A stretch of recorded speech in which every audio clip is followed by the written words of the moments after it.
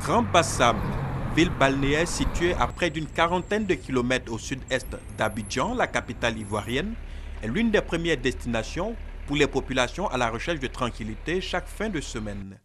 La plage, le peuple Apollo et son abissa, ainsi que l'histoire sont les principaux atouts de Grand Bassam. Tout ceci lui a valu d'être déclaré patrimoine national. Depuis plusieurs années, les autorités ivoiriennes veulent la voir classée au patrimoine mondial de l'UNESCO. C'est tout le sens de la mobilisation de Maurice Kwaku Bandama, ministre ivoirien de la Culture et de la Francophonie.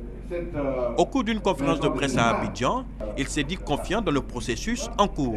Je peux dire que cette fois-ci, nous pensons que nous avons été plus studieux, plus laborieux et nous avons tenu compte des critères et des consignes données par l'UNESCO.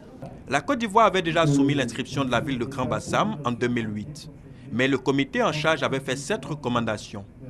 Tenant aujourd'hui compte de ces remarques, les autorités ivoiriennes se sont engagées avec les populations pour le succès de ce processus. Des investissements sont en cours de réalisation dans différents secteurs d'activité. C'est en juin prochain à Saint-Pétersbourg que la Côte d'Ivoire sera située sur son sort.